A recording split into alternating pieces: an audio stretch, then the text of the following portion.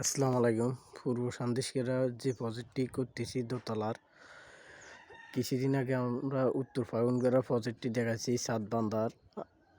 আমি এখন পূর্ব সন্দেশখালী আছি, দোতলার ছাদ সেন্টারিং করতেছি। কুয়াশার ভিতরে আমার মিস্ত্রি হেল্পার নিয়ে কাজ করতেছি।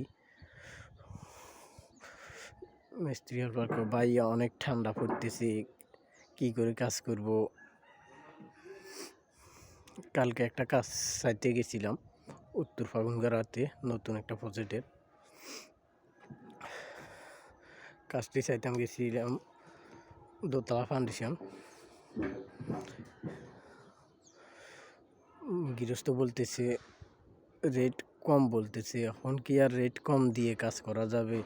মিস্ত্রি একজনকে 1000 টাকা বেতন দেন লাগে, একজন হেল্পারকে 600 টাকা বেতন দেন লাগে। তো এই কন্ট্রাক্টর কি এবার বাড়িতে জায়গা বেশি কি কাজ করা যেতে পারবে?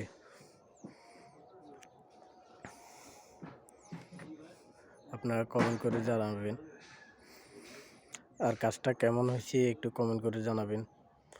আপনাদের জন্য নতুন নতুন ভিডিও নিয়ে আপডেট নিয়ে আসতে পারবো। আপনারা যদি কমেন্ট করে জানান কাজ ভুল হয় না সঠিক হয়, একটু কমেন্ট করে জানাবেন।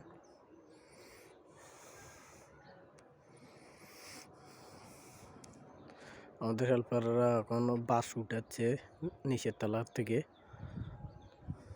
আশা করি আজকের ভিতরে রুমগুলো সেন্টারিং শেষ হয়ে যাবে।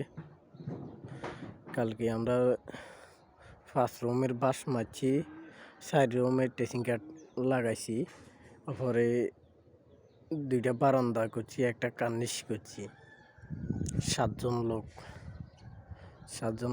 এখন কন্ট্রাক্টরের লাভ হবে না লস হবে একটু কমেন্ট করে জানাবেন।